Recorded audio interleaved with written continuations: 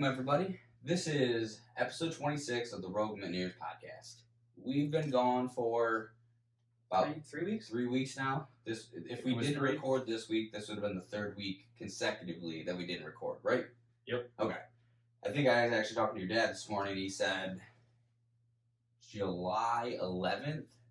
That sounds about right. We said next week we'll be live, or we'll be on YouTube. Mm-hmm. So, first off, apologies to anyone watching this or listening to this for, letting you down. That was not true. We did not mean to lie to you. We didn't. Now, the reasons we've been gone, we'll give you kind of like a rundown of what we've all been up to. And like I said, this is going to be on YouTube. It's probably going to be rough, so leave Bear some with comments. us. Yes. We're learning video skills. But I was Give us gone. tips. Oh, sorry. Mm-hmm. Well, first I'll start by introducing everybody.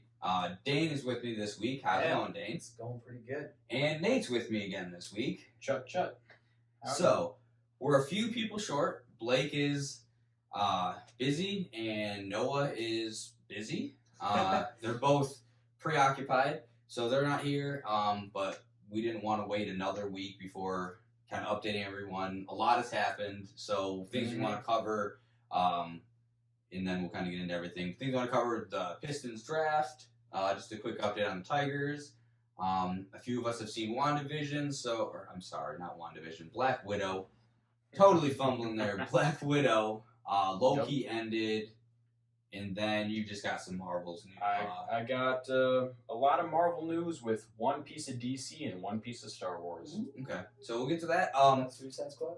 But first, nothing on Suicide Squad yet. Okay. I don't know much about it, so I'm just going to wait till I see the movie, and I'll talk about it All then. I've heard is the cast is super excited for it to come out. Yep, pretty much what I've heard too. so the reason we weren't here, I was gone. I went to Faster Horses. That was cool. It was fun. Not a huge country fan, but it was still a good time. And then, was it last Saturday you were gone? Yep. Family vacation. Yeah. So we've all been kind of busy. It's summertime, that's to be expected. I mean, I think were you gone? Or was it kind of just like we were all yesterday, busy? but Right, yeah. But, so we've been gone for a while. We're happy to be back. Like I said in the beginning, this is episode 26. We are coming to you on YouTube now. That's where we're going to be trying to pretty much going more. It's our direction, our new direction. That's where we're headed. And just kind of because not a lot of people listen to us via the audio stream, we may make that like a once a month thing where we give you like a long form on the podcast and on YouTube. Or if people still really don't listen to it, or like that it's not an issue to go to YouTube, we may just completely get rid of the audio version and just go strictly YouTube. And if you've got, YouTube Premium, you can listen without watching. It's basically the same thing as a podcast. So the option will probably still be there, but just to keep our fans up to date. For those who do listen, let us know what you prefer. If you prefer the weekly podcast, or if you would like a video better, or if you like the monthly podcast, or if we should do away with the audio altogether, do leave your comments and suggestions. Right now. So, without further ado, let's just jump right into stuff. What do you got? All right. I explained everything, but that's not the order we're going to do it. Nate's actually going to start. We're going to go with our traditional order of nerdy news, our Marvel stuff, the TV shows and the movie, and then we'll jump into what's been going on in Detroit sports, and then that'll probably wrap it up. All right. Well, first thing I have is a bit of a spoiler for the end of Loki, but if you're here, hopefully you've seen it by now. Kevin Feige held a team meeting talking about the rules of the multiverse going forward for creativity of Marvel. So the multiverse is going to be a big thing. It's going to be the next big thing for Marvel. So, meaning like for the writers, correct? Yeah, yes, the writers and the creators. What they can and can't do, what's fair game, what's not. I mean, that would have been fun to be involved in that conversation. Oh yeah, certainly. Because I'm sure there's so many avenues that could go. Absolutely. Characters. Well, I literally am thinking also is we don't understand what a multiverse is fully. So Not like entirely. it's probably like, okay, this can happen, this can't happen. It's like, But I was just Kinda thinking wild. about this the other day that Marvel has just given themselves the ultimate explain all in the multiverse. If you want to explain something, they can put Deadpool in the MCU now, just throw him into an Avengers movie, and just say it's a multiverse. This is a parallel universe where Deadpool exists. That's what DC does. Exactly, and you can just explain away everything with like it's a multiverse. And it might be, in a bit of a sense, kind of lazy, but at the same time, it's a good one. It's a good writing skill of just being able to say, hey, you guys want answers? Here's your answer: multiverse, and that's it. We're satisfied with it, right? Yeah, no, I wouldn't complain. Yeah. All right, keeping it going. Black Adam has wrapped filming, Finally. and The Rock commented on it, and he said it was the hardest undertaking emotionally, physically, and mentally of his entire career. But he said it was definitely. He also commented saying it was his favorite, the most fun he's ever had on a set. So if you like doing it that much, I'm certainly excited for it. I'm taken aback by that. The Rock's played a lot of, I mean, physically demanding roles. Yeah, yeah. I guess they're usually pretty laid back. I mean, he's had serious roles, but there's always like a little bit of comedic relief in there. He's never been an actual superhero, though. I mean, Black Adam isn't really a superhero. Yeah, he's still a super powered person.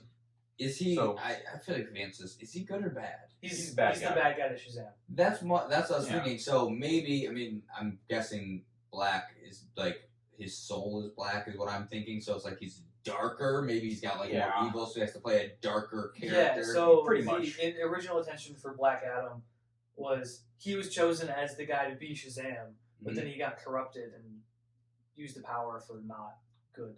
Okay, that makes sense. So the Grand Wizard picked another guy who happened to be Billy Batson. But he didn't lose his power. No, he got banished to space. Okay, I do want to see the movie. I like The Rock. It'll be interesting to see, especially if it's Really good. Yeah. Hopefully. Then Vincent D'Onofrio, the guy who plays Kingpin in Daredevil, and who was in Jurassic World, Yeah, I and know that guy. a couple other things, but he is set to reprise his role as Kingpin in the Hawkeye show. Ooh. So Okay, so that's the little crossover between Daredevil the and the level guys MCU. we've seen. They're the Defenders, right? The Defenders Yep. is what their series Yeah. is called. Okay, cool. And then Just blame it on the multiverse, right? exactly. Is that everybody lives in New York? There's also been a lot of set photos from Hawkeye. Jeremy Renner and Haley Steinfeld have been doing a lot of interviews about it. It's set to come out, I think in November. I think is when it's supposed to air. So they're promoting that a lot, and I'm getting kind of excited for it. So then, a couple casting reveals. A actor named Gaspard Ulliel. I'm unfamiliar with his name, but he is set to play the Midnight Man and going to be the main villain in the Moon Knight series. Is it the vampire one? No, that's Morbius. Okay, I don't know who Moon Knight is he's basically just crazy. He went crazy. He thinks he has a deity living in his head, so at night he dresses up as the Moon Knight and just goes and fights crime. He's like another Batman, Daredevil kind of guy. But he's mentally insane. Yeah. Wow. All right. He fights Punisher a lot. He teams up with Spider-Man. So is he good or bad? He's an anti-hero. He's kind of like Deadpool. He does good things, He but does some stuff. does some bad things to get to the good stuff. Okay. And then Yennefer Molin is set to voice the sea monster Gargantos in Doctor Strange Multiverse of Madness. So just another, again, I'm not familiar with the actress, but just another villain, another thing that's going to happen in Doctor Strange too. There's a lot that they're putting into that. Uh-huh. I think we're waiting for a lot of answers. Like all the shows we've seen and Black Widow movie and everything is like, Oh well, you'll understand when you see Doctor Strange. It all seems to be leading to Doctor Strange, or at least Spider-Man will then piggyback off of Doctor Strange. Yeah. And then Marvel has now started a separate animation branch of Marvel Studios to produce other series like the What If show, which is coming up August 11th, pretty close now. Cool. As they're going to dedicate more resources and more time to making animated shows like that, which I'm pretty interested by. Because after Loki, the finale, the multiverse splits open. What If is now looking a lot better to me. It's basically going, hey, we're going to show you some of these multiversal branches. Ooh, that's fun. And it's just an easier, cheaper way of telling those stories without all the hassle of having a whole blockbuster movie. Just take a half-an-hour animation, and then, Put out a little story. Exactly. So you can tell more stories in less time in much easier ways, which I'm cool with. Yeah. And then, again, about What If, it's going to be 10 episodes long, and there will be a season 2 of it. They already know? Yep. It's already just been said that there will be a season 2. They've already been working on it. And interviews with the directors and everything have been said that it's going to be extremely consequential to the future of the MCU. So it's not just going to be side stories. It's going to be stuff that you have to see. And then along those lines, Haley Atwell, the actress of Peggy Carter, is also voicing Peggy Carter in the show, is set to appear in Doctor Strange 2. Because this is animated, right? Yes. The Yep. What If show. The What If show is animated, so she's just voicing. But you said Peggy Carter's... Her character is going to be in Doctor Strange? Yep. Because in the What If Time show... travel. In the What If show, one of the branches is what if Peggy Carter got the super soldier serum instead of Steve? Ooh. Right. And she becomes Captain Britain. So she's... doing this multiverse of madness. Mhm. Are we going to see her in Possibly. that universe? That's the And rumor, then they're yeah. just going to go back and explain it in the What If show. Mhm. Okay. And then Ant-Man and the Wasp: Quantumania is now filming. Just started filming a couple weeks ago. Okay. And that has Scott Lang, or Paul Rudd is Scott Lang, and Evangeline Lilly, and I forgot his name. Oh well. The guy who played Kang, who was in Loki. Okay. He's going to be in that? Yep, he's on set for Ant-Man and the Wasp. He's in that. And then more casting rumors. The South Korean actor Park Seo-joon is rumored to play Amadeus Cho in the movie The Marvels. And Amadeus Cho is one of the young Avengers. He becomes the Hulking. He's just a younger Hulk. Now, is it going to be like the Hulk where he can change back and forth? Yes. Okay. Except he has it's less of a problem with him. I don't think he has an alternate personality. He still stays himself. He just gets bigger and stronger. Oh, that's cool. Mm. See, now I think that's the best of it. Like, honestly, a little off track, but still, Professor Hulk.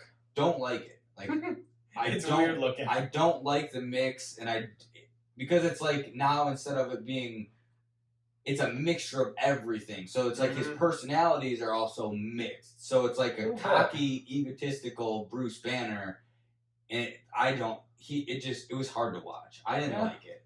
Yeah, a lot of people didn't. I was okay with it, but again, like you said, it's just a little weird. Yeah, I doubt it, 'cause that's what we had. But like, I would have rather it. I like Bruce Banner as a character, and like it would have just been cool if he could have just gotten big and been strong, Yeah, but still. and then stayed Bruce Banner while being Right. strong. Yeah. Yeah, but that's what we're gonna get with the Amadeus Cho hulking character. So he's going to be a better Hulk. Pretty much, yeah. And hopefully they'll be able to amend some of the mistakes they made with the Hulk character. Just do a better job of him in the future. Mm-hmm. And then Debbie Corbuzier is apparently lobbying to be Ben Grimm, the Thing in the Fantastic Four. Mm. He recently posted He's a Indonesian actor, and he made an Instagram post of him sitting reading a Fantastic Four comic book, and then put it on the next slide of it, the Fantastic Four logo that Marvel put out just a little while ago. So everyone's thinking either he's being eyed to be cast or he wants to be cast as the Thing. Okay. So that could be pretty cool. And then So they're gonna try to reboot the Fantastic Four again. in the MCU though this time. Third time's a charm. Third time's a charm. Yeah, I hope so. Yeah. I want to see a good Fantastic Four. I did like the first one. The Based first on one when was, it came out, yeah, it was Yeah. a decent movie, but no, like it does. I It, mean, in it quality, doesn't compare. pales in quality-wise, in comparison. comparison to the MCU, no, Mhm. but like for its own little thing. Yeah. But yeah. I got high hopes for it. Then Black Widow or Black Panther, Wakanda Forever, is still shooting right now, and they're shooting some underwater scenes. One of the Atlantis. crew members put an Instagram post about a giant pool, like a big tank that they were shooting in. They had a bunch of cranes around it and stuff. So they're putting the actors in and out of the water as they're shooting. So that should be pretty cool. All but confirming that Namor and Atlantis is going to be the direction they're going with that movie. Then That's gonna be sweet. Looking forward to that movie. Jodie Turner-Smith is being eyed to play the villain Calypso in Kraven. And Okay. I'm just trying to make sure I remember all this stuff. There's just like there's a lot of things, just rumors and casting rumors and all kinds of things. Most of this stuff you don't have to remember. It's just for the people that are really, really interested. These are things. It's just for me. that's just for you. Hey, if you say it now and it comes true, it just looks better for us. Then Brie Larson is set to appear as Captain Marvel in the Miss Marvel show, which has been confirmed will come out sometime this year. But that's the girl who played her before. Yeah. Okay, so she's just gonna keep playing that game. Yeah. It's more or less just Captain Marvel will appear in the show. Okay. And then Henry Cavill, the guy who played Superman, most recent Superman, has been meeting with Marvel in London, No. supposedly to join the MCU for something. Taking Mr. suits Fantastic. away. He too wouldn't be big. my first choice for a Mr. Fantastic, but I think he's a good actor. He's got the face look for He's it too though. He big. does, but he's He pretty can great. lean down. Yeah, but it's too big. He's not that big. I Like he's honestly got a good build, but it's mainly because he's proportionate. He has a large back, but he's proportionate. I mean, I think it's pretty easy to lose muscle. Like just he could keep that same shape, just lean down a little bit, or same physique and just lean down a little bit. It doesn't even have to be Reed Richards or Mr. Fantastic. It could be any number of Marvel characters. Human Or Torch. you could, Yeah. I could see him as a good Human Torch. That'd be a good role for him. He's But not Chris Evans. Yeah, He's but not, but- Chris Evans is not Captain America, so it's like they should just recast him to play the Human Torch in the new Fantastic Four. That's a good safe He's bet. not Captain America anymore. Right, he's not. it's the multiverse. It's just another Captain America. Exactly. They could have a little Oh, joke God. about that. Be like, That'd be Cap, hilarious. it's Cap, and he'd just be like, I don't even remember his name in the actual show. I can't. Reed Richards, you said? Reed Richards That is was Mr. Fantastic. Mr. Human Fantastic. Torch is Johnny Storm. Okay, yeah, but he'd just be like, I'm Johnny. I don't know who Steve is. My name's Johnny. Marvel would really be messing with us if they did That'd be that. amazing. So Oh. good. Marvel, do that. You're listening, right? Hey, I'm sure. I mean, not them specifically, but someone's listening. Many people have made that joke already. That It's not gonna No, happen. we came up with it. It's It's original. Heard it here first on the Mar- Rogue Mar- Mitteneers. Marvel has definitely heard it. They definitely know that we're making the jokes, but I don't think they will do it. But it'd be funny. Well, then they don't know what's good for them. That's true. Then Guardians of the Galaxy, the holiday special that was talked about back at D23, has been talked about by James Gunn a little bit. He's been promoting Suicide Squad. Gosh dang it. Mm-hmm. Names are just coming slow to me today. He's been promoting Suicide Squad, and he's been asked about Guardians of the Galaxy a couple times. And the more recent project is going to be the Guardians of the Galaxy holiday special that's coming up before Volume 3.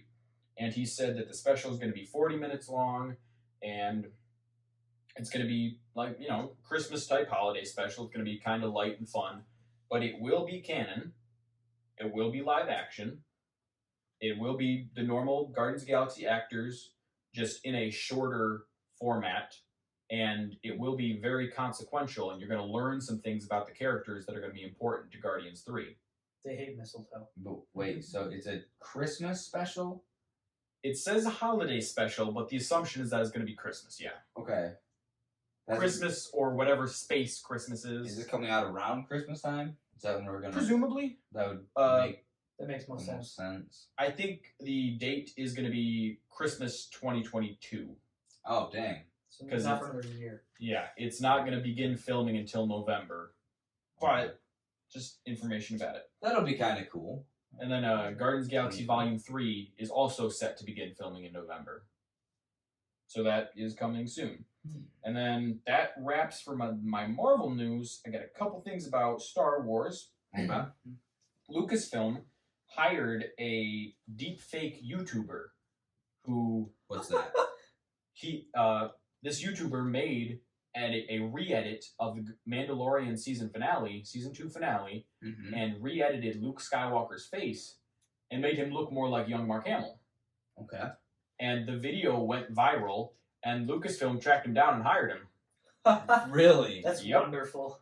because he did a better job of making young Mark Hamill than Lucasfilm did. Not to say that I didn't like what Lucasfilm did, but they did a freaking good job of it. So, I have to go find that sometime. So Lucasfilm and Disney are maybe a little more aware of things than we sometimes give them credit for. They're paying attention to the internet. And then at Comic-Con, or a Comic-Con poster, just something that was put at Comic-Con, Lucasfilm revealed an official poster of Luke Skywalker holding Baby Yoda, Grogu, as Grogu used the Force to assemble his own lightsaber. So, we don't know if this is a canon thing that is happening, or if this is just something that Lucasfilm made for fun, but the running theory is, why would they put it out there just for shits and giggles if it's 'Cause an they official hate poster? I wouldn't put it past Lucasfilm, but... That's pretty cool, though. And another key detail about it is that it's a yellow lightsaber crystal that he's making it with. He's a guardian. So that sounds pretty cool. So maybe we'll see something in Mandalorian Season 3 or one of these upcoming projects about Luke training Grogu. So we may have not seen the last of him. And then that's all I have for my news. Gonna move into Loki now. Yeah. All right then. So we had episode 6, right? Episode 6. And that one picked up Right as Sylvie Yeah, and right, the Loki. last one. right as they were getting into that house. Yeah, they walked through thing. Eliath, the portal, and they Mhm. went into the big mansion called the Citadel. Yeah. That's right. Then we saw them, they meet the clock thing, the digital Miss clock. Minutes. Yes. I always forget her name. And she basically Like like an tries analog clock, but to like bribe them, right? Yeah, she tries to Basically. bribe them away from meeting Kang. She says, Sylvie, I can put you in a time loop of nothing but happy memories. I can send you back to where you want to go. I can put you anywhere. Loki, I can... You want the Infinity Gauntlet? You want to kill Thanos? You want to win the Battle of New York? Throne of Asgard? She's trying to bribe them to keep them away from Kang with anything they could want. And ultimately, she doesn't get them. She doesn't deter them. not at all. No. They continue on, and Well, I don't know. I felt like they were like a little bit intrigued by it, and then it was like, but it's all fake. And 'cause Yeah. they know how it's supposed to go. And then it really went slowly. They were really going for like the horror vibe there as it slowly walked through the mansion. Mm-hmm. And then the elevator pings, and the doors open up, and you see as they called him in that episode, the one who remains. Yeah. He's just the guy at the end of time, who we find out later, as he explains, is Kang the Conqueror, or a version of like him. a a variant of him. He's just one of the many variants of Kang the Conqueror. And he's actually based off of a specific person from the comics, Immortus, who is a variant of Kang in the comics, who just takes on a different title rather than Kang, calls himself Immortus, and he is the oldest and least evil of all the versions of Kang. So rather than just being like, I want to conquer the universe, I want to conquer time, he's just like, I'm going to sit here, I'm going to govern it. He's the oldest. So does that mean he was like the original? I mean, it kind of made it sound that way in the show. Yeah, it's weird because it's all time travel. I think it just means he's the guy that's sat at that throne for the longest period of time and has existed the longest, rather than other variants coming to be and then getting pruned or killed or what have you. Okay. Interesting. I don't quite understand, but it all gets a little dicey when you start dealing with time travel and multiverse. Yeah, because you said and you've stuff. been there for forever. Yeah, for an eternity. Yeah, that's weird. That's where I kind of I liked the episode, but I was just kind of not confused, but a little bit confused when he goes to explain that how there's multiple of him and no matter what I didn't quite get to you'll kill me and then I'll just be back here again in a few. Yeah, I didn't. Wait, but if you because what? basically he's the guy that cracks the multiverse. Yeah. He's the smartest guy ever. He cracks the multiverse. He goes and he meets himself because him in another universe also cracks the multiverse. And they meet. And as he's giving his little history lesson to Loki and Sylvie, he's saying basically, no matter what, I will meet myself. And when that happens, it will eventually lead to fighting because the multiversal branches will start clashing. So he, being the one who cracks the multiverse, says, oh, I gotta save my branch. So all the Kangs start fighting each other, and they start the multiversal war, as it talked about in previous episodes. And then he's just the guy that came out on top. He's just the one that came out on top, created the TVA, and as he says, created the TVA for the exclusive purpose of stopping other versions of him from coming into existence. I mean, I get it. That makes sense. Time travel's so weird. It is. There's no good way to explain it because it's so far outside the realm of possibility. To us, with our little pea-sized brain. Well, yeah. But, yeah, so, in the episode, though, the whole conversation between the three of them was intriguing. It was amazing. Yeah, to me, it actually seemed like the original Loki from our, Loki we know, did seem to have, a change of heart. Yeah. He honestly... I don't know, I feel like his motives were pretty much the same the whole time. For Sylvie? I mean, because it seemed like his motives were more pure. His motives were always to not end up alone. Yeah. Well, how? I don't know. He didn't want the throne. How would he have not been alone? As far as the show, pretty much, yeah. He's had that morality since about episode 3. He's gotten to that place and stayed there since about episode 3. But as far as his entire character arc from Thor all the way to when we've seen him, he's kind of... In the show, he kind of underwent the character development that he did throughout Thor the Dark World and Thor Ragnarok.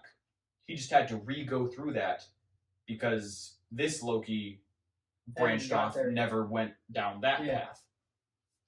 So it's basically reiterating what we've already seen from him. That's a good point. I didn't think about that. But instead of him realizing he loves his brother, he wants to stay alive and be good for his brother's sake, he's realizing, oh, I love Sylvie and I want to be good for her sake. So it's just shifting it a little bit. Okay. But Sylvie obviously did not have a change of heart. I don't know. It looked like she was... It seemed like she did. She just... goes, this changing in me isn't gonna help solve anything. So I'm gonna. She was so driven by revenge. She had nothing but revenge for hundreds of years, or however long had been for her. It was just stewing. Exactly. She had that singular purpose was revenge. She knew nothing else. So in the end, she's like, I feel this way, but I have to act this way because this is how it's always been. Mm-hmm. Yeah. I mean, it sucks, but I get it. I understand why they wrote it that way based on her. Mm-hmm. I mean, she got abducted at, 8 years old? And then she was on the run for hundreds of years? Or however long. Hundreds, thousands. Yeah, well, she's Asgardian or Jotunheim, so they age differently. Yeah, they age differently. Loki is 1,000 and some change years old when he appears to only be in his 30s or 40s. So Sylvie, appearing in her mid to late 30s, is probably over 1,000 years old. Yeah, so that's a long time. Yeah, I can see how a few days, no matter how important convincing that person is, important. With a pool of that long. Yeah, 4 days isn't going to change your entire life. Exactly. So I guess I see why she did it. It caught me by surprise when she sends the Loki we know back to the TVA. Mm-hmm. And then another aspect of that is she's been so caught up in she can't trust anyone. Mm-hmm. She can trust no one. It's only her. She's alone. So when she finally starts to trust Loki, our Loki, and then he says, wait a minute, we should think about this. Maybe we should take over the TVA. She goes, I never should have trusted you. You just want the throne. Which wasn't true, but that's how she saw it. How many times does he have to say he doesn't want the throne? But he's a Loki. They drove this point home extremely even just in the episode prior that Lokis in their nature lie, deceive, cheat, and try to steal their way to power. Yes, but how many times does he say he doesn't want the throne? At some point. Yeah, at some point. When Kang was talking, she's like, he's lying. She's like, no, I'm a liar. He's not lying. Yeah. And that was also interesting how when she kind of lashes out at him at one point and he says, grow up. You're a hypocrite. You're a murderer. All three of us here are villains. Because he acknowledges that even though he's trying to do something semi-good, he's still stripping away the free will of the entire universe. Yeah. Everyone walks down the path that he writes or they die. So they have no choice but to walk down his orchestrated path. He's stripping away the free will of everyone. Was he writing it or was he just reading it? He was writing it. Okay, that was one thing I was not sure about. It looked like it might have just been printing out. And he's like, oh, I'm just reading this and making sure that it goes this way. Yeah. He's not actually the one conceiving the path. He was the one, the director of the show has confirmed that he was the one actually writing it all down and making sure. He would write it down and then it would go to Miss Minutes, who would then convey to the TVA, it's got to go this way. She was the middle person.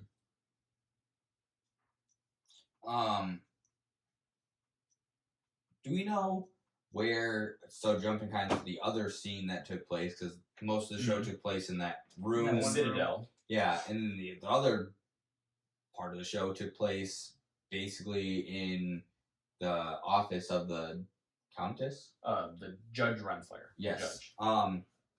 So I liked that conversation. It was interesting. I was happy. Obviously, we touched on that before, but I was happy that Owen Wilson's character wasn't dead. Mobius. And then he kind of got a little bit of revenge because she was like, "Oh well, I'm gonna alert the other people," and he was like, "Well, it's not really worth it. Like we've kind of already took care of them." Yeah. And then we saw that clip where they're on Earth, I'm assuming, and they see Judge Renslayer. Judge Renslayer, what are you doing here? Who? Yeah. They see one of her variants. Yeah, which was very, the only way they could really convince other people. Convince all the other Minutemen, the troopers. So he kind of, fixes that glitch, but he covers that so she can't, She can't call her back up. Right, yeah. 'Cause I don't know. I still didn't trust her. Like, every scene that we see Runslayer in, like, she puts on that act where she acts like her friend, but she had, like, hidden agendas the whole time. Yeah. With every character, basically. Like, even her own TVA agents, when the one lady who Sylvie was in her mind... 22? I think it was B-15. B-15? Either way, that actress, or that Minute Woman, Minuteman, I don't know, that's weird. Is it a Minuteman if it's a woman? Agent. Yeah, whatever. I think it still would be because that's the title. Well, we gotta be fucking Minute person. accurate, whatever. Anyways, so, like, even when it came to her own people, she wasn't, like... She wasn't forthcoming with information. Yeah, I don't know, I felt like she was kind of always out for herself, or maybe all she really cared about was the TVA. And it was like, if it's not... for the betterment of the TVA, like, I'm not going to do it. Yeah. I mean, she betrayed her friends, and... Yeah. I mean, she pruned Mobius, which was, like, her closest ally throughout the whole show. Because from her perspective, what she's doing is protecting the entire universe and the way it should be. Because that's her ideology, and she has to cling to that with all she can, or she has nothing else. Yeah, I mean, that's kind of wild, because that could be said for a lot of things in, like, current life. Like, people cling to things because they're like, well, this is what I know. Like, yeah, especially ideologies. Yeah. But then you kind of, like, I don't know that she was ever convinced that there was, like, that, they were all variants, and that this was kind of, they were essentially being held hostage. I mean, they were brainwashed and forced to do these things. Even if she did, I think Mobius said that to her, and she said, "Why should that make a difference? Yeah, that doesn't matter because what we're doing here is still important." So you said that Renslayer is in other things is connected to Kang somehow. Yeah. Correct? Yep. So I wonder if she knew the whole time, and just didn't tell anyone. I definitely don't think she knew. No. Yeah. Well, the reason I didn't think so is because when Miss Minutes comes back and she was like, I brought you this. She's like, well, this isn't what I asked for. And she's like, but it should be good reading or whatever. She goes, he thinks it'll be good for you to know. Yeah. And doesn't she say, who's he? Mm-hmm. Okay. Because all along she thought it was the Timekeepers. And and now she said, yeah. So in that little snippet right there, that was where I was like, okay, so she doesn't have any idea. And which is, I still want to know what Miss Minutes is. Because I feel like... I think it's just a computer program. Basically an AI. Bidding. Yeah. But it seems like she can have, like, she creates her own thoughts. It's not like it's a program. It feels like it's just a super sophisticated AI like Ultron was. Ultron was ultimately an AI that just went rogue, but he was still a fake programmed personality. So Miss Minutes is basically the same as Jarvis, but she just has more personality programming. Well, then how can she be seen? Because it's just a hologram. Just holographic projectors projecting her. Where? It doesn't Anywhere matter. and everywhere. I feel like I don't know, maybe I'm overthinking it, but, like, I feel like Miss Minutes is, like, somehow secretly behind the whole thing. That's my guess out of left field. I definitely disagree with that, but well, I think because when Miss Minutes goes to get whatever information, she obviously didn't bring back what the person asked, so another person told her to do else. Because what if she gets smart and she starts giving people the wrong information? At that point, he said you should read this instead. So maybe she has to go back and check with the Time Master or with Kang. He Who Remains, Kang. Before I'm pretty going, sure hey, they want this. Is this the one that you want me to give them? Yeah. So I'm pretty sure she only has what personality He Who Remains allows her to have. So she popped back and goes, hey, they want this one. Do you want to give them this one? He's like, no, I'll give them this one instead. Yeah. Okay, so she's just a puppet. It's too bad. But so yeah, to that question, I didn't think that Renslayer knew or had any communication with the one who remains. Yeah. I gotta be honest. She seems to be the only one who knew that the Citadel was a thing, and that there was a person beyond time. Yeah. See, she didn't know about the Citadel though. She knew about the Void, and she knew that there was a possibility of there being something beyond the Void, but she didn't know that it was the Citadel. Just seemed too convenient. Maybe. We're definitely going to see more about that in season 2. You know, see, I don't know what's different with these is because I feel like we always have so many more questions. They give us one answer and 3 more questions every episode. Yeah, and what's weird though, okay, I'm gonna take this off subject a little bit because I'm thinking about like with the Mandalorian. I don't remember having this many questions about the Mandalorian. I mean, obviously we had questions, but the Mandalorian wasn't also trying to like tie into other movies. Well, so there's a lot more in play, or there's a lot more going on than just these episodes of Loki, because like they got to tie these episodes in with Doctor Strange. Well, they're weaving a very intricate web with all their storylines. So I feel like because they're trying to include so much, like it's creating a lot more questions. We're not going to get as many questions answered in the shows, but hopefully in the movies. So like, a lot of my thoughts are just questions about like, well, why is it this way, or like I didn't understand this, or I wish you would have told me more about this. Well, 2 things about that. In the way of comparing it to the Mandalorian is technically a prequel to the sequel movies, so they're fitting it into a period of time where they've already explained past it, they've explained before it. They're just putting a little filler in to let you know what happened between there. So it has to set up less, it has to explain less. It's just its own self-contained thing about this one guy who has a little friend. Whereas the Marvel shows, they're the next thing. They're in the lineup. Marvel doesn't do the bouncing around like Star Wars does, so these shows are laying the tracks for the future. Yeah, okay. So they have a lot more legwork to do than in the grand scheme than, say, The Mandalorian. And then, also to go with that, originally, before COVID happened, Loki was supposed to be a 12-episode, 1-season series. Oh. And then COVID chopped it right in half. I would have been happy with that. I would have preferred that. So there wasn't supposed to be this cliffhanger. This was supposed to be the halfway point of the show. That, it would make a lot more sense if they would. Okay, so that's really it. It's really just, we're at halftime. Fucking COVID. Yeah. Which really makes me curious now. I'm not sure whether or not they've actually filmed anything of season 2 yet, because they've been on set with a lot of other things, doing a lot of other movies and shows right after COVID. All the actors have probably gotten vaccinated or what have you, so the sets are safe. So I don't know if they've filmed season 2 of Loki yet and when they're going to release it. I've heard rumors it's supposed to be January, but I've heard nothing's official.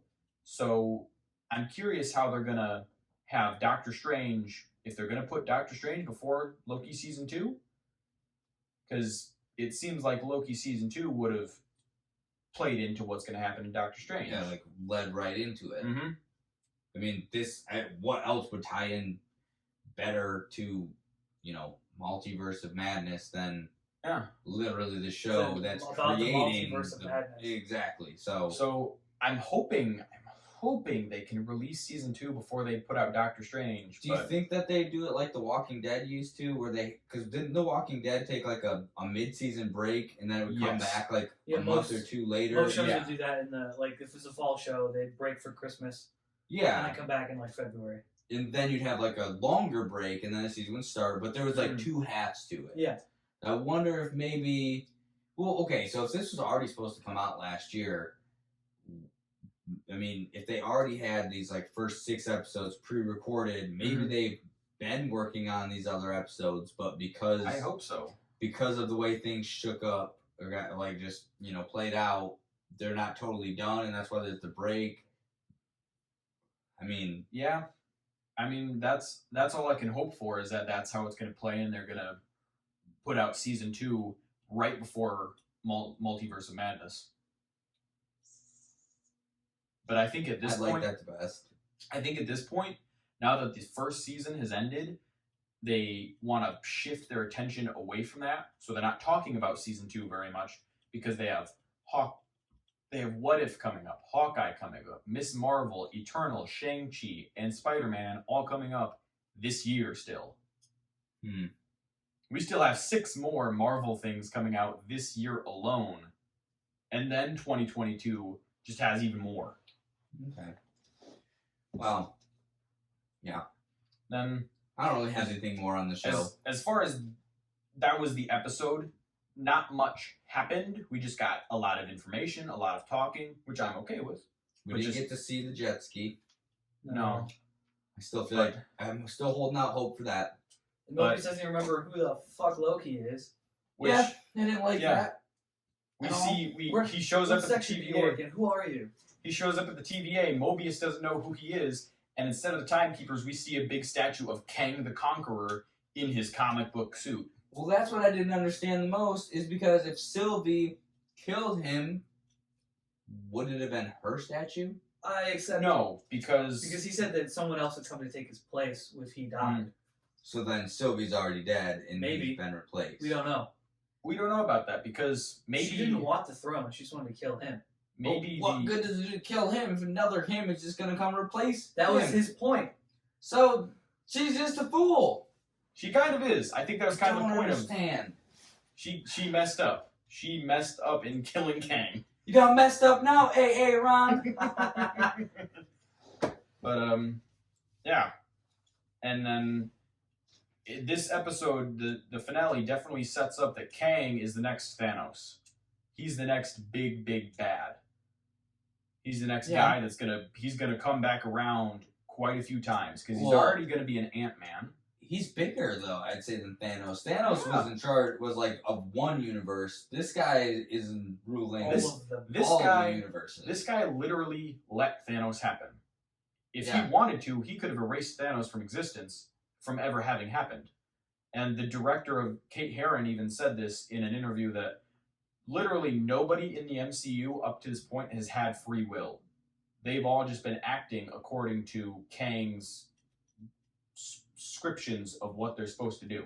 Wow, I never thought about it like that.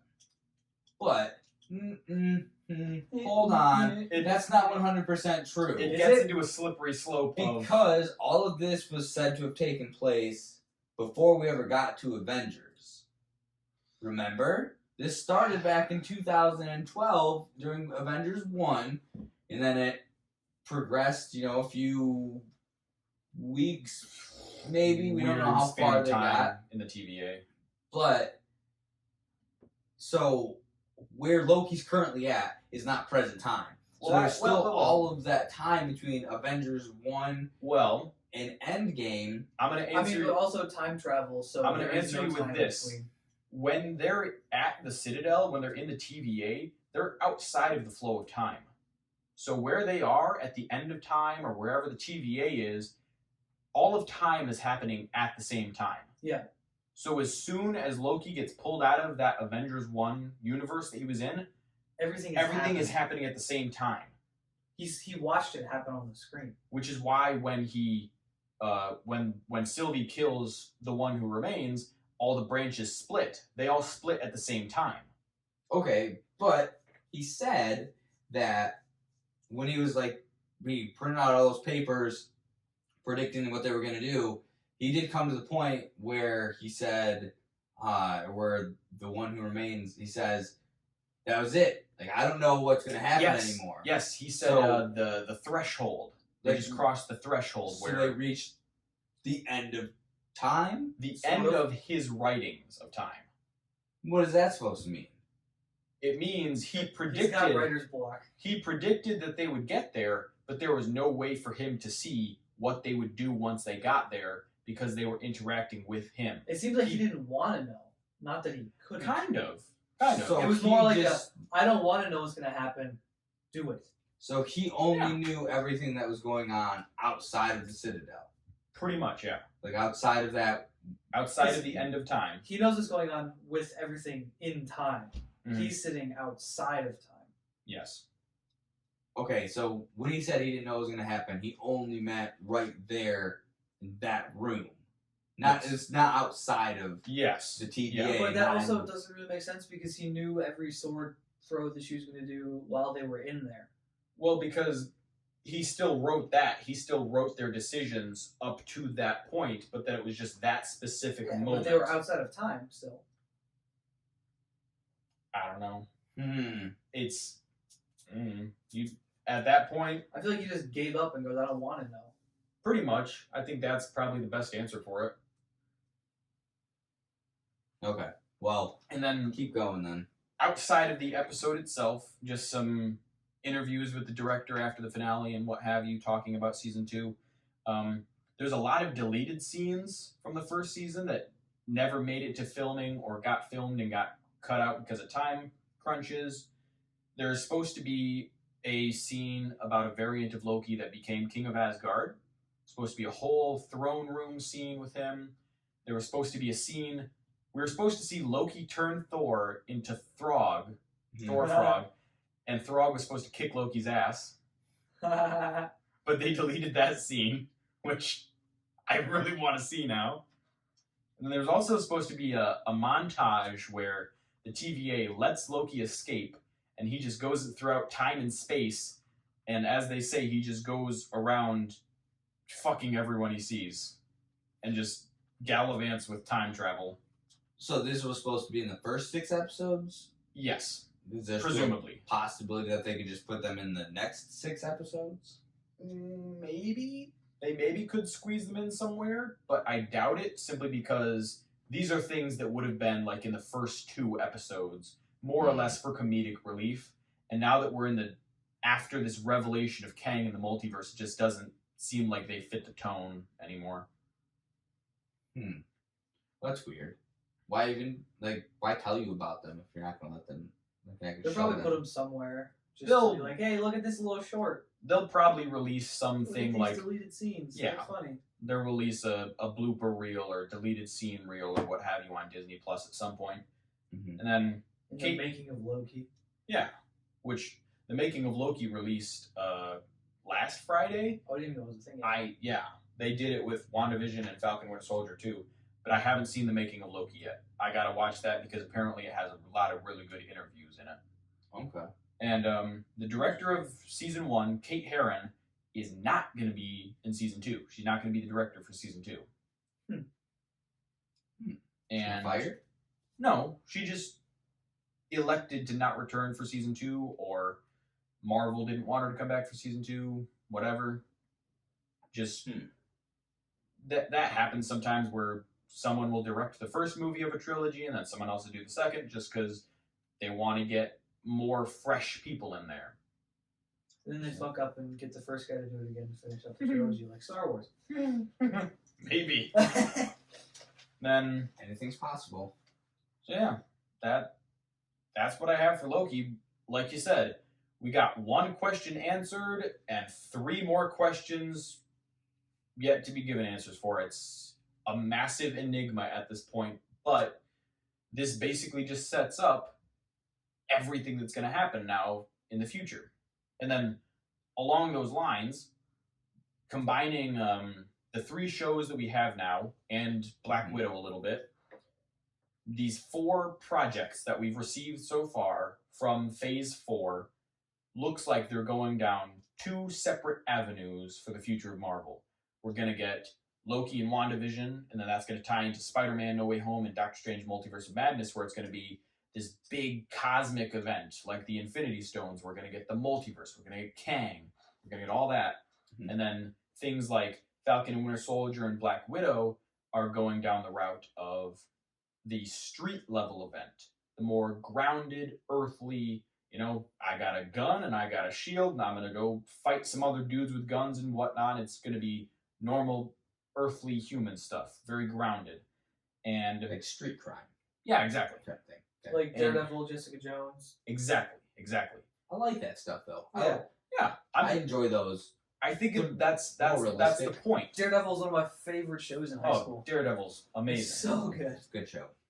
And along those lines, getting into Black Widow now, spoiler alert, I'm going to spoil the end credit scene for you. It's not spoiled at all. It's a bad movie. Is it? I won't. Well, We'll get into the actual movie review after I say this.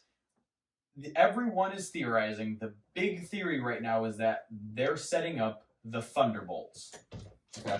Which the Thunderbolts or the Dark Avengers, what have you, call them whatever you will. It's going to be the Black Ops Avengers team. Okay. Which we've already seen Val collecting recruits for this. We saw her getting U.S. Agent, and now we saw her recruiting Yelena Belova. So there's knockoff Captain America and Black Widow 2.0. There's already two, basically, mirrors of two of the main Avengers. And with the Shang-Chi trailer that came out a while ago, we saw Abomination. He's another version of the Hulk. So right there, everyone's thinking, get Abomination. You have 3 of the 6 Avengers knockoffs. Yeah. And then you just go along, you get... And people are theorizing left and right who the team is going to be. You could put Deadpool in it. You could put the White Vision in it. You could put Red Hulk in it. Thaddeus Ross, Colonel Ross, who was in Black Widow as well. His nickname is Thunderbolt Ross, which is where we get the nickname the Thunderbolts. And he becomes the Red Hulk at one point. So we could put the Red Hulk in it.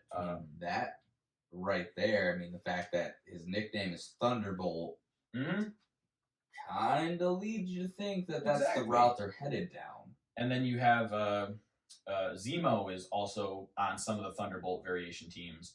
You have Ghost from Ant-Man and the Wasp. She could come back into it. Oh, yeah, okay. Yeah. We never saw it happen to her. No, she went off at the end of Ant-Man and Wasp, and then Scott was in the quantum realm collecting the particles to help her healing process. And that was when the blip happened. The blip happened. Okay. So we never received no information about if she got blipped, what happened to her. And then another possible candidate is Taskmaster, also from Black Widow. I could not remember her name. And plus, I didn't know it was her until they took the mask off. Now, okay.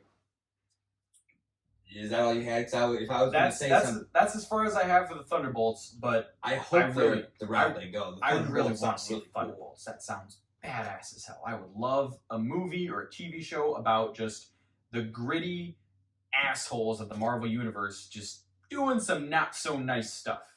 It would be kind of cool. It'd be different than what we've seen, because for the most part, the Marvel movies are pretty all the superheroes have been really good superheroes. You know, Captain America, Thor, they're all righteousness, justice, and good guys. They don't have any skeletons in their closet. Whereas all the Thunderbolts, kind of not so good guys. So yeah, that'd be cool. Now into Black Widow now. Okay, so like I said, if you haven't seen Black Widow, I wouldn't watch or listen anymore at this point because we're gonna talk about it. We're gonna spoil it. We haven't already spoiled it for you. I have no choice. Taskmaster definitely caught me by surprise that it was a girl. Yes. Really? Yeah. It was just like a intentional switch, or was it was very intentional because I definitely understood. Was there a reason for it, or did they? Yeah. When the leader of the Red Room, the organization that made the Black Widows, that made Natasha Romanoff, Dreykov. I don't know what his his first name was. Just General Dreykov. Black Widow, she defected to S.H.I.E.L.D. Her process of defecting to S.H.I.E.L.D. was she had to kill him. So she put a bomb in his daughter's backpack and tried to blow him up. So is it his daughter that's now Taskmaster? Okay, so that makes sense. His daughter gets burned. She gets all messed up. He says he has to put a chip in the back of her neck.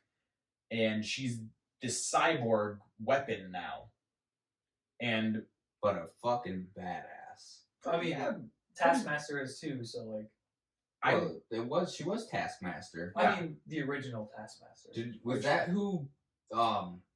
That was in the Civil War movie, right? Or did we not see Taskmaster? No, we haven't seen Taskmaster before. So who was the guy that had the bomb that Wanda took and then blew up the hospital? That was Crossbones. Okay, I'm sorry. I thought maybe that was... Because I couldn't remember his name. I thought maybe that was the original version of Taskmaster just because he had a similar face mask. To give you a brief history, in the comics, Taskmaster is a...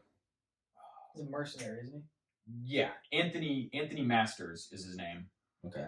And he's a mercenary. He's just a gun for hire, and his skill, his claim to fame, is that he can mimic anyone's fighting style that he sees. So he sees the Black Panther, he fights like the Black Panther. He sees the Black Widow, he fights like the Black Widow. He sees Captain America, he copies his shield. He can copy everything exactly as you do it. So that's why he's such a badass in the comics. Yeah. And then all that is his natural skill. So he's not a bad guy. He's more of an anti-hero. No, he's villain. definitely a bad guy. He's a guy. Oh, you pay me, I'll do anything you want. Okay. He never gets hired by good guys. He gets hired by bad guys to kill the good guys. Mercenaries don't ever get hired by good guys. Well, Except for like Deathstroke in DC. Maybe, that's like very like they're just trying to do that to give him a good person. Well, right, but I mean, look at like Suicide Squad. I didn't know if maybe there was some little bit of a glimpse. That's a little different like, though, because they're in prison trying to work off their sentence with a bomb in their head, Yeah. and if they go rogue, their head blows up. Yeah. Right. But I'm saying, like, I thought maybe there's a little bit of a point where it's like, okay, this Taskmaster fella has done a lot of bad, but maybe he gets like an opportunity to do something good For redemption. So he's straight up a bad guy. Not in the comics, yeah. He's never been redeemed as far as I know. Okay. But with the movie, it certainly seems like they're setting up for a redemption of this Taskmaster. Yes, it did. Which I would enjoy because honestly, the scenes with her, with Taskmaster, were pretty satisfying. I was just left wanting more of them. Yeah, I liked. I mean, that was probably one of the more preferable parts of the movie. I enjoyed that character. Yeah, she certainly looked badass. The suit, the skull mask, the Darth Vader-esque breathing. Yeah. So when the movie started, to me it just felt slow. Like I could see where it feels slow in the beginning. How it starts out in Ohio. You see a kid. Ohio's already It's bad enough. right. Come on. I've seen jokes where at the beginning where they're at the army base and where they're about to take Natasha and Yelena away, and she says, "You could tell from the beginning of the movie it was all fantasy because no one in their life has ever said I want to go back to Ohio." That's funny. I mean, it was kind of cool when it first started. So like, oh, that's like, it was like a step. What was it? 1995. Yeah. So I kind of remember 95. I mean, it was a long time ago now, but it's like I can remember 95. Like I was a kid back then. I was 3 years old. I was -2. But so that was cool. But then you did get like, it was a weird vibe how the lady who plays their mother doesn't call them by their name. She says sister or older sister, younger sister. Is that what she says? I don't remember. She doesn't say their names. She doesn't say daughter. It was just kind of weird how like their interactions, like it kind of put up a red flag. You're like, well, that's weird. Like maybe she's not really their mom, or like. Well, as you find out later, they all were just actors. Yeah, but the girls didn't know that. Well, Natasha did, but Yelena didn't. Because Yelena was too young, but Natasha had already been through the Red Room once. Right. She did say that. So it was interesting. Like it wasn't bad. I just felt like it took a long time for them to like get into the meat and potatoes of the movie. Yeah, I'll agree with you on that. And from the very beginning, I can agree with the fact that it didn't feel like a typical Marvel movie. It felt more like a Bond movie or any other variation of a spy movie. Wasn't that the point, though? Isn't that how they wanted it to be that way? It was very intentional. That was very intentional. You could tell they wanted it to be that way. And I guess, okay, it's Black Widow. She was the first female superhero in the MCU. She's the first female Avenger. She was in it since Iron Man 2. Scarlett Johansson's been on the deal a long time. You want to really not necessarily rock the boat, but like make a splash with her movie. Make it different. Don't make it just another Marvel movie. Make it the Black Widow movie. Make it stand out. Yeah. But in some of those regards, I kind of think they did that too much. Yeah, to a bad degree. I definitely see what they were going for, but it didn't completely work for me. Some people loved it. Some people hated it. Yeah, it wasn't. I'm still on the fence about it. There are things I liked, things I didn't like. Now, maybe I just had too much of the devil's lettuce before I went into the theater. But I fell asleep, man. Like, I fell asleep. See, It just was too slow for me. I've only fallen asleep at the movies for a few other ones. I fell asleep during the Superman movie. Which one? Man of Steel. Yeah, I believe it's Yeah, that one. the one where he fights Zod. Yeah, At the end, Zod. Yeah, Yeah, fell asleep that's during Man of that Steel. movie. I fell asleep during a King Arthur movie. The one with Those are pretty slow too. the one with generally. Jamie Foxx. Oh yeah, that was Uh, a somewhat recent one. it was within the last It's like 10 years ago. 5 years. no, it was in the last 5 years. 5 years? Yeah, there was a King Arthur movie that came out recently. Yeah, I believe it. Like I fell asleep. So I've fallen asleep during movies before, and they were usually kind of slow. This movie, like, I just kind of had this feeling from the beginning. I was like, this is slow. Like my eyes were getting heavy, and I was like, I'm just not like. I don't know. It just didn't grasp me like they normally would. And Yeah. I'm just. Yeah. I like Black Widow as a character, and I like Scarlett Johansson. I like the supporting cast, but I was just like, man, I don't know. Just wasn't there. See, the characters were there. I don't think the plot was there because Mm. Yelena, I love Yelena. See, Almost everyone. that was the highlight. She was gorgeous. First, like that was the best part. Not of the movie. only is Florence Pugh a gorgeous actress, she's a great actress. She nailed the part, and she was kind of, her character was cute the entire time.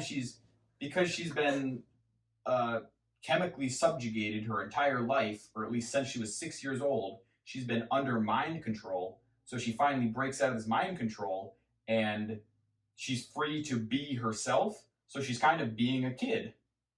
So she's like, I want to get a dog, and I bought myself a vest. It's so cool. It has a bunch of pockets in it. There's a whole scene where she's bragging about the pockets of her vest. It's like kind it's of like a cool cute scene. little kid. Kind of funny. It was It is a funny. good scene.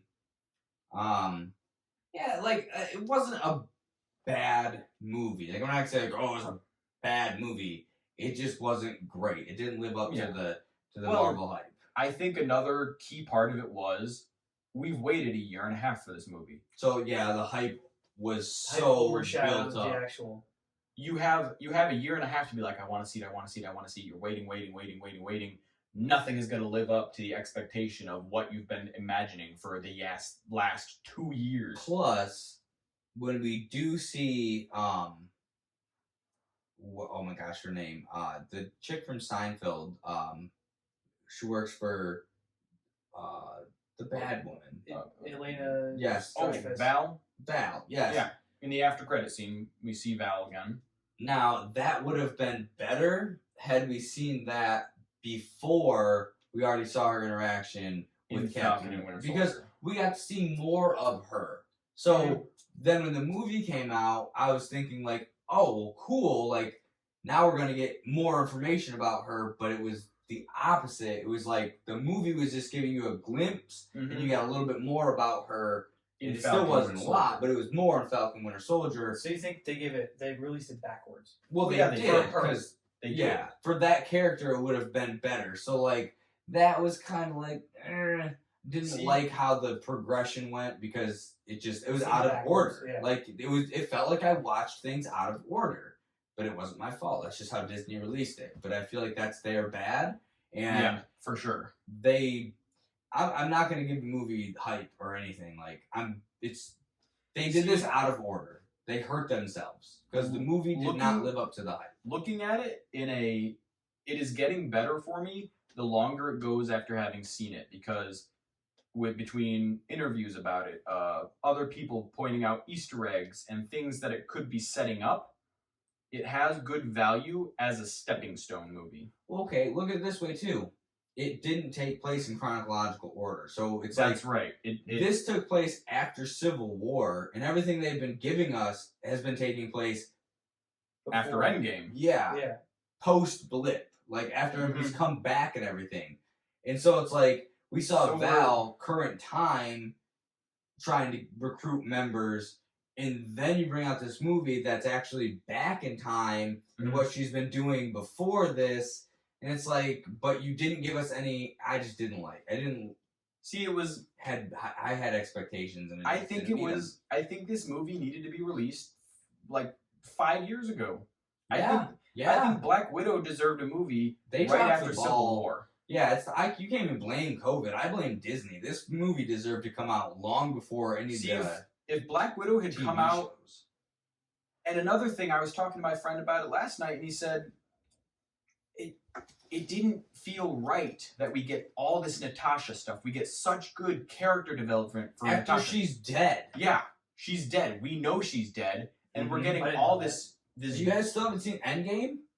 I swear I've seen Endgame, but I didn't. She's dead. She died. They sacrificed her for the Soul Stone.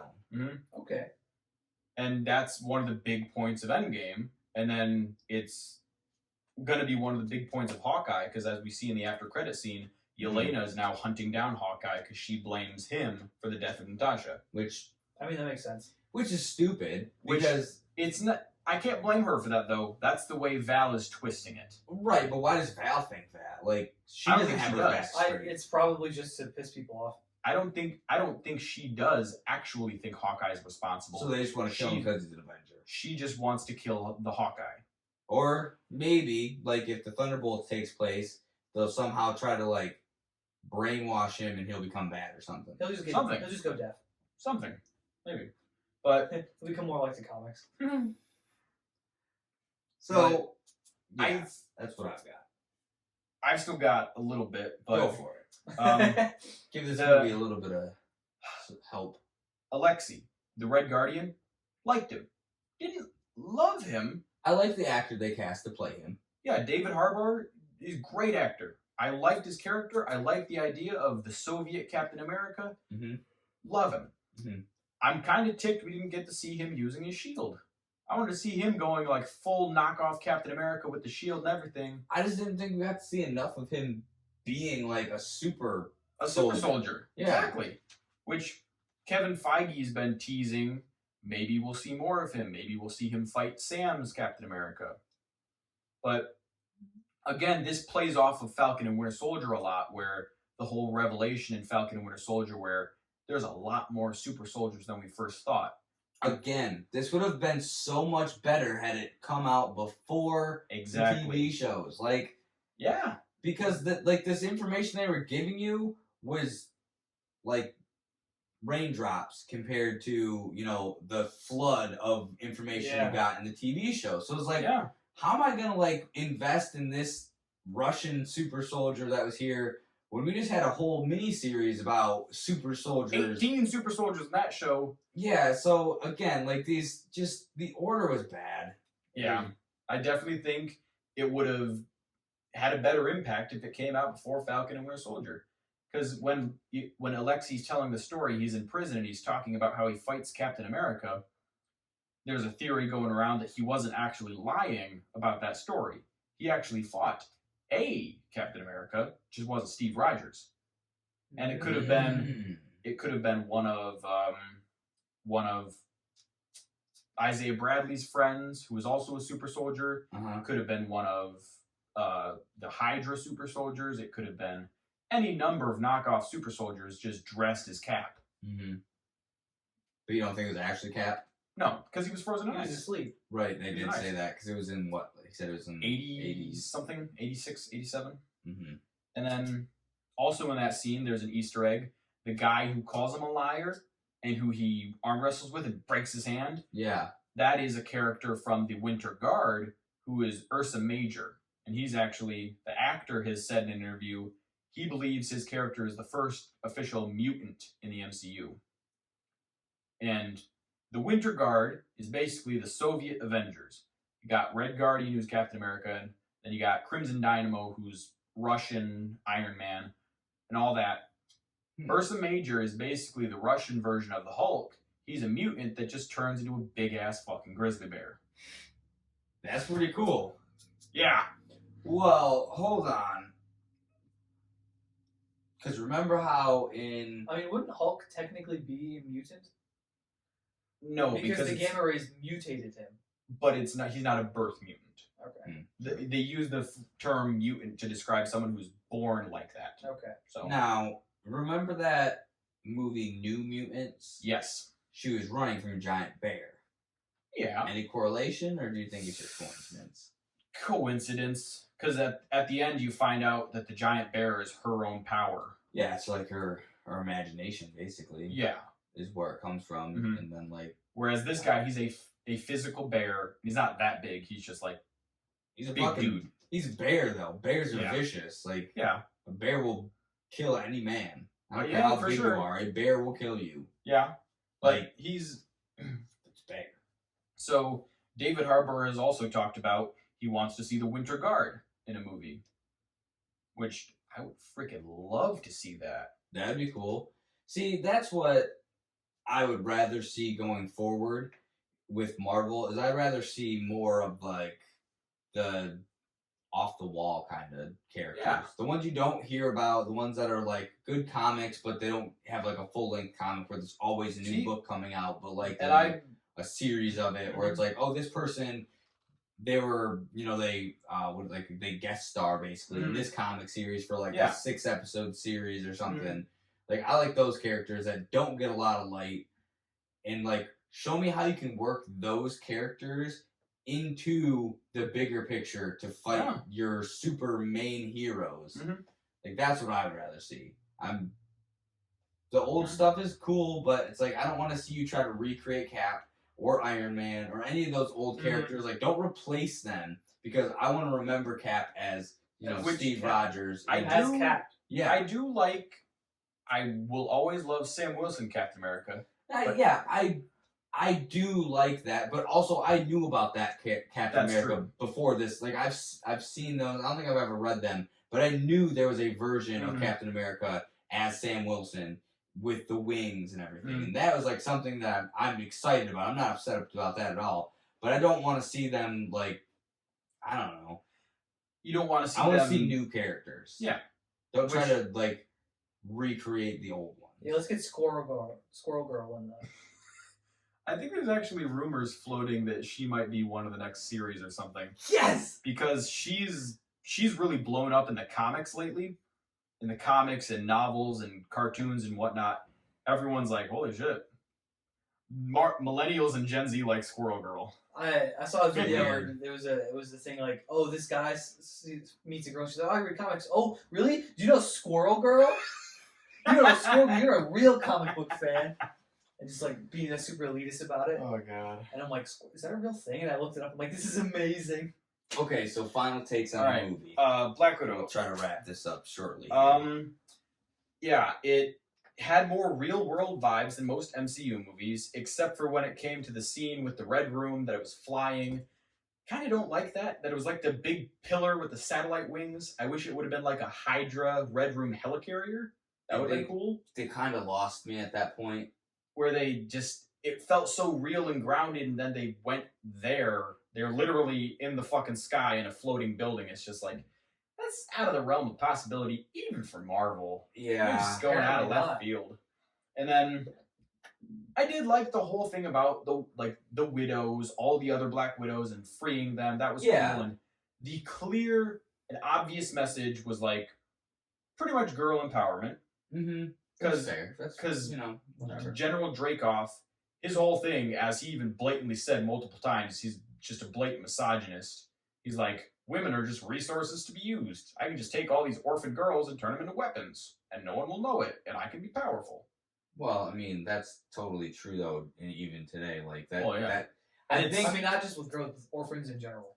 That was the opening scene was about. That was a clear allegory to human trafficking. And yeah, which is also what kind of took me out of the MCU kind of feel was like, oh, this is real. Well, real with this. That's where I definitely agree with that. We need to, like, as a world thing to address, like, we as people need to be vigilant, and like, I'm not expecting anybody else to do that job. Like, I don't, I'm not saying, oh, somebody else should go do it, but I'm not going to. Like, if you, see something, say something kind of thing. I like that, but yeah, I don't know. And then another thing was this. I just don't want to promote feminism. That's what I'm saying. Well, human trafficking is very, very wrong. It depends on the kind of feminism, but I modern day I would say that I am a feminist in that I like characters like Black Widow and Captain Marvel, that they're just strong women characters. But there is definitely, I think, a level of toxic feminism where girls will just start saying, fuck all men, any men ever is terrible. Mhm. Yeah, Where I it would- just starts to flip everything backwards and it becomes the thing that they say they hate. But that's a whole And- other thing. I would not call myself a feminist. I would say egalitarianist. Everyone's equal. It doesn't. Okay. No, like women aren't worse than men, and men aren't worse than women. Yeah. It's just. Alright. Yeah. If And you then, want, quick side note, if you want a good thing to watch I watched an episode of Letterkenny, and it's pretty hilarious. There's the girls hockey team, and they're putting together a new hockey team, a men's hockey team, and they play each other, and there's a pretty good scene where they talk about equality, and in this instance, it's like equality on the hockey rink, and he explains it pretty well, because he's like, you weigh 120 pounds, soaking wet, with your pockets full of rocks or something like that, and he's like, and you want to go out on the ice with men who are bigger and stronger, and they're 220 pounds. He's like, they will kill you. And then they still play, and like the guys just they wax destroy the them. floor with them. But yes, I think, it's not a level opportunistically, playing not field. actually the same. Right, it's not a level playing field when you're just trying to say, like, as a whole, like, oh, men and women are equal. Like, yes, if you Equal go out opportunistically, not. at the base root, yes, men and women are the same, and they both are a life, and they both have value. But when you talk about physical attributes, Yeah, there are there's- different things. yes. I'm a man. I cannot have a baby. Yeah. That is just physically and it's biologically impossible. Correct. Yes, women are superior in that aspect. But when it comes to lifting heavy things, men are superior at Yes. lifting heavy things because of how our bones are structured and our muscles connect to the heads of the other muscles and the insert points, all that shit. And men are faster because their pelvises are angled differently because we don't have Right. bigger children. Exactly. That's what I mean when people are like, well, men and women are equal. Yeah, yes. I mean, Well, see, it's yeah. all relative. I don't That's- mean that's- men are better at some things than women This is are. a whole rabbit hole. But whenever I think of men and women are equal, I think of it exclusively in the as people, Yes. not in any Not- kind of not as physical medically. competition. Okay, yeah. But Which is what I was trying to say. final thing on Black Widow, final couple things. It was okay. I didn't love it. There were things I can gripe about, but I definitely think that there's nothing unamendable. It can fix a lot of the things I didn't like in future things. I love Natasha. I loved seeing more of her. Good character development. Okay. Sets up Hawkeye really good. Looking forward to that now. And then last thing, little cool detail, is Black Widow is the 5th out of 24, 5th Marvel movie, MCU movie, to have an opening credit sequence rather than an ending, where the credits roll at the beginning of the movie. And the only other ones that have had that are The Incredible Hulk, Iron Man 2, and both of the Guardians of the Galaxy movies. And why do we care? Wait, Who cares? what do you mean it's an opening credit? Where when you had the opening montage, when it's showing them to getting taken to the Red Room, and the whole credit sequence is playing in the beginning, like just the directors and the producers and the main stars. Whereas any other Marvel movie, Avengers and what have you, will save all that for the ending, and it'll have the big artistic sequence where we see all the Avengers stuff, and we see the Captain America ones, and they have all the really cool credits going on. And they'll play that, and then they'll have a credit scene, and then they'll play the long scroll of credits, and then there'll be the second scene. Huh, that's interesting. Yeah, what's the significance of that Yeah, then? why does it It's- matter? It's just a little detail about the movie that this is only one of 5 that has done this. So it doesn't matter. In the grand scheme, it doesn't actually matter, but for someone like myself who took a film class, who really studies the films on a deep, deep level, it just stood out to me. Because when I'm watching it in the theater, that caught me like, whoa, I'm not used to this. I didn't even notice it. That's all I have, though. So that wraps up all of our Marvel stuff. We're all caught up as of 2 weeks, right? 3 weeks. As the last 2-3 weeks, yep. All right. So we're at an hour and 25 minutes, roughly. Let's just jump into. I just want to touch on the Pistons and Tigers real quick. Not a whole lot. Like, if you've ever listened to this before, we're not big on basketball. Not huge into it. I love football. I like baseball. Basketball's not my big sport.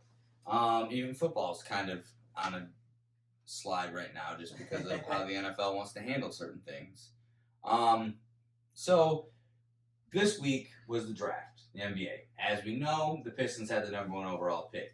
And as we basically knew beforehand, they were going to take Cade Cunningham, which they did.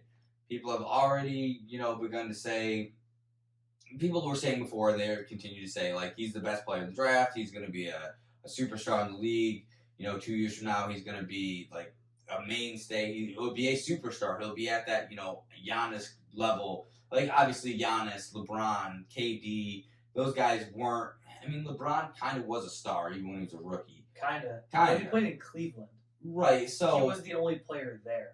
So he had the opportunity. But a lot of players, like, even as a rookie or a second, like, it takes until that third season, usually, to kind of come into your own and become, like, a player on the court that you're like, oh, we got to watch out for that guy. Like, he's going to beat us single-handedly. Yeah. So people have, there's that talk around already. A lot of, like, betting apps or whatever, betting sites I placed a bet for him to win Rookie of the Year. It was like plus 500 for Cade Cunningham to win Rookie of the Year. And I was like, okay. Like, it's so far out, like, I'm going to forget I even placed that bet. But, like, Vegas is already thinking, like, yeah, this guy's got an opportunity to win Rookie of the Year. Chances are he will. So that was the big name that the Pistons took with the number 1 overall.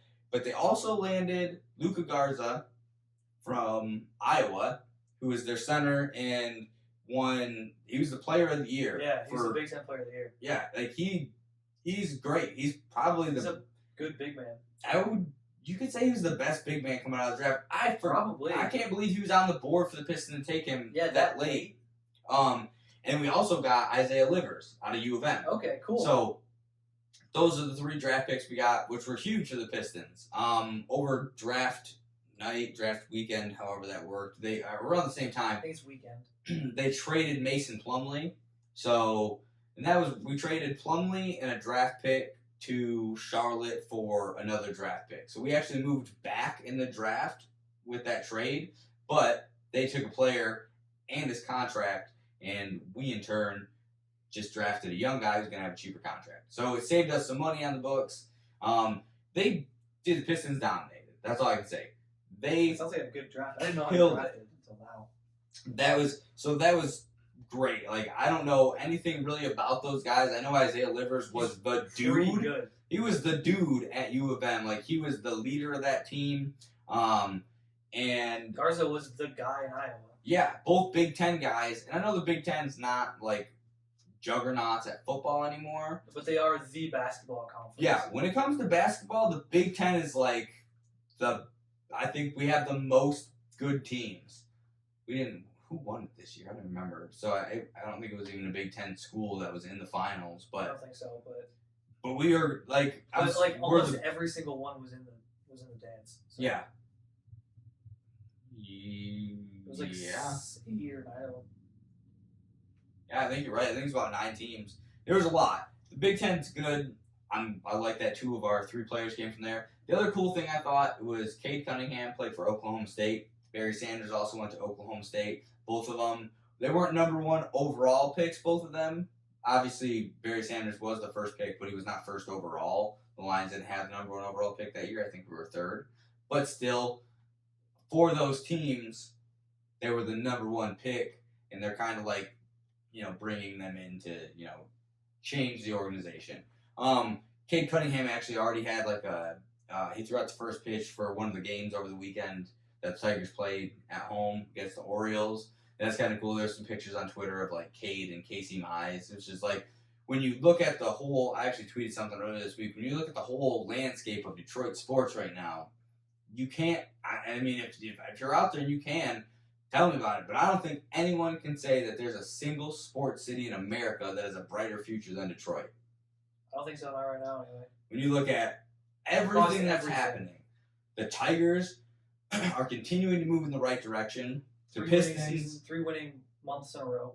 Yeah, and we'll get to that. But I mean, like, you look at the Tigers, you look at the Pistons, they just killed the draft. You look at the Lions, and they've had a great offseason, and they just started training camp this week. And then you look at the Red Wings, and the Red Wings are continuing to make the right moves. We traded for, I forget his name now, a goalie from the Hurricanes, and he's like the best goalie in the league. Like, as far as save percentage or win percentage, I'm sorry, I didn't do my research on this. But we've been making moves, the Red Wings have, and they're looking like, I mean, it's the Red Wings. They're the best American hockey team ever. Prove me wrong. And it's about time. I believe by 2023, all 4 of those major sports franchises are going to be in the playoffs. Pistons, Lions, Red Wings, Tigers. All 4. There's no reason why they can't be. No, not that. We've got the right people as our GMs. I'm not sold on Al Avila still. Love Brad Holmes. He's doing good. Love Troy Weaver. I like Steve Yzerman. Al Avila, you got to prove something to me. Head coaches, I think Blashill's back in Detroit for the Red Wings. They gave him an extension. I like Campbell. I love AJ Hinch is killing it, and then the Pistons head coach. I can't. Dwayne Casey? I believe Dwayne Casey's still their head coach. They brought him back for another season. Yeah. He's doing good. I mean, he secured the number 1 draft pick, so hey, he's doing something. So, yeah, like I said, I like the coaches. I like the general managers, ownership. You know, normally I would say the Fords need to sell that team, but Sheila Hamp Ford is doing Sheila Ford Hamp Ford. I don't remember which one comes first. Doesn't matter. Sheila's doing okay. You know, she's hired the right guys, and they hired the right guys, and they drafted the right guys, and let's see how it goes. But yeah, so I just wanted to hit on that real quick with the Pistons. The Tigers, like you said, we just wrapped up July. That was their 3rd winning month in a row. Since that awful start in April, where we finished 9-24, 9-23 for that month. Somewhere in there, yeah. Yikes. Yeah. Since then, May, June, July, we've had winning months. 3 consecutive winning months. In the past 5 seasons, they had 2 winning months. In the past 5 seasons. So that just goes to show, coaching matters. AJ Hinch knows what he's doing. He is the reason we've won those games. The roster, compared to the last 5 seasons prior, is not as arguably the worst talent-wise that it's ever been. Yeah, give or take to last year. I mean, they're pretty equal as far as how much talent. You might have a little more this year because you got Bobby Grossman. You got a couple young guys. Yeah, but the last 5 years, you had Ron Gardenhire and you had Brett Ausmus. And Brett Ausmus was fucking terrible. He had the most talent when he came in. And he squandered it. It's exactly the word I was going to use. So, it just goes to show, and it kind of bodes well for the rest of the Detroit organizations when you look at what's going on with the Lions. Brought in a new head coach, new GM, new offensive, defensive coordinator, basically retooled that whole staff. And so it goes to show, if you get the right guy in charge, he will get the best out of his players, out of his guys. So I'm hoping, that'll happen with the Lions. Back to the Tigers, though. 3rd winning month in a row. That's good. We lost the last 2 games prior to today to the Orioles, but before that, the Tigers had won 10 straight at home.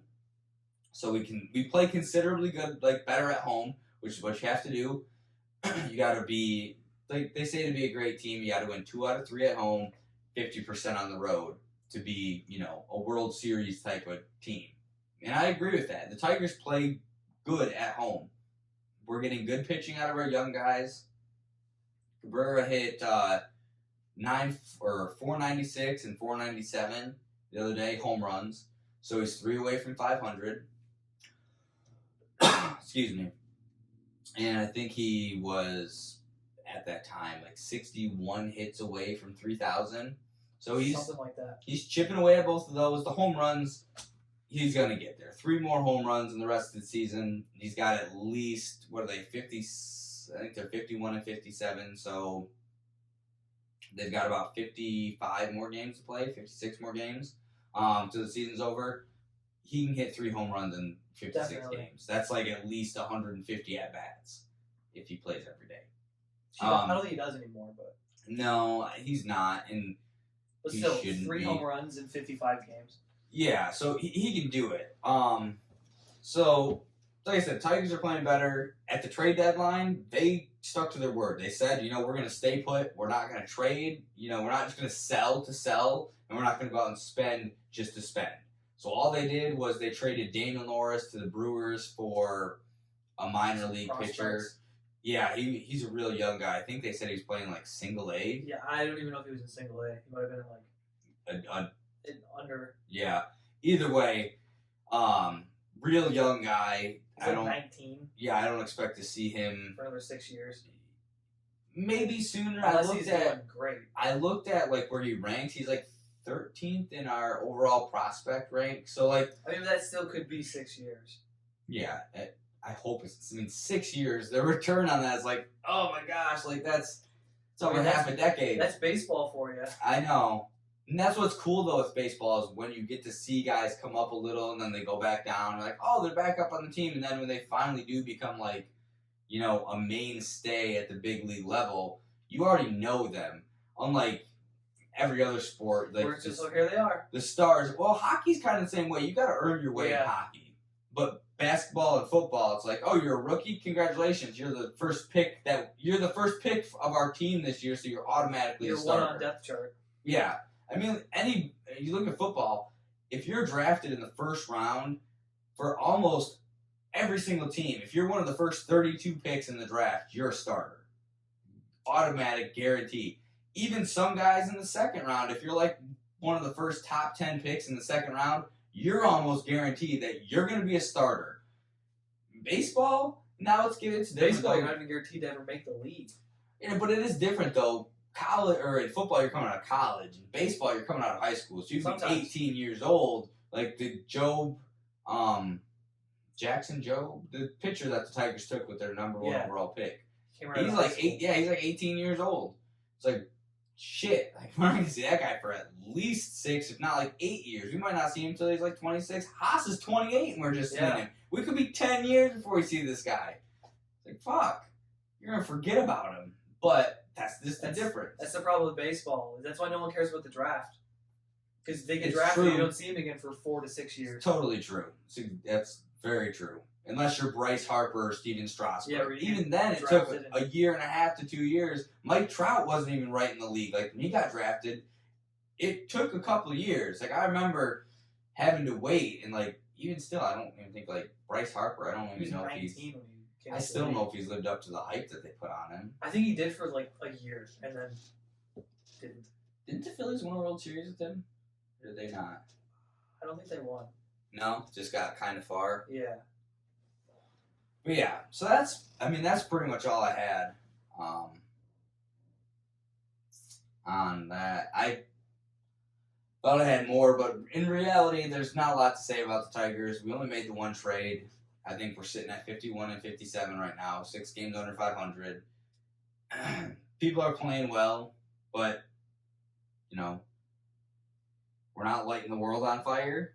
I think we're still moving in the right direction. Think you're gonna make the playoffs? No, absolutely not.